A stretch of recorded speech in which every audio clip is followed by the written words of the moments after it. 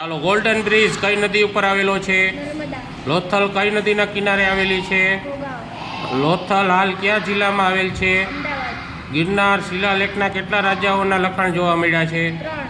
શંખ સંવત અને વિક્રમ સંવત વચ્ચે કેટલા વર્ષનું અંતર છે? 135 વર્ષ. ગુજરાતનું સ્થળ જે સિંધુ ખીણની સંસ્કૃતિ માટે જાણીતું છે. લોથલ.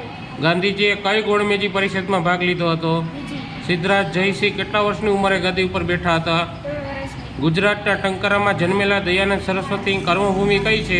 પંજાબ. સ્વરાજ આશ્રમ ક્યાં આવેલો છે? બારડોલી. ધરાસણામાં ક્યારે મીઠાનો સત્યાગ્રહ કરવામાં આવ્યો હતો? 22 મે. ધરાસણમાં શેનું ઉત્પાદન થતું હતું? મીઠાનું.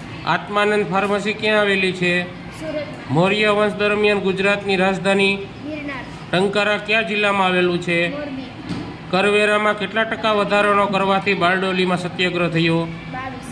જૂનાગઢ હાઉસ ક્યાં આવેલું છે? રાજકોટમાં. સિદ્ધરાજ જયસિંહનો જન્મ ક્યાં થયેલો? પાલનપુર. જહાંગીર કયા નામે ઓળખાતો હતો? સલીમ. ઔરંગઝેબને જન્મ ક્યાં થયો હતો?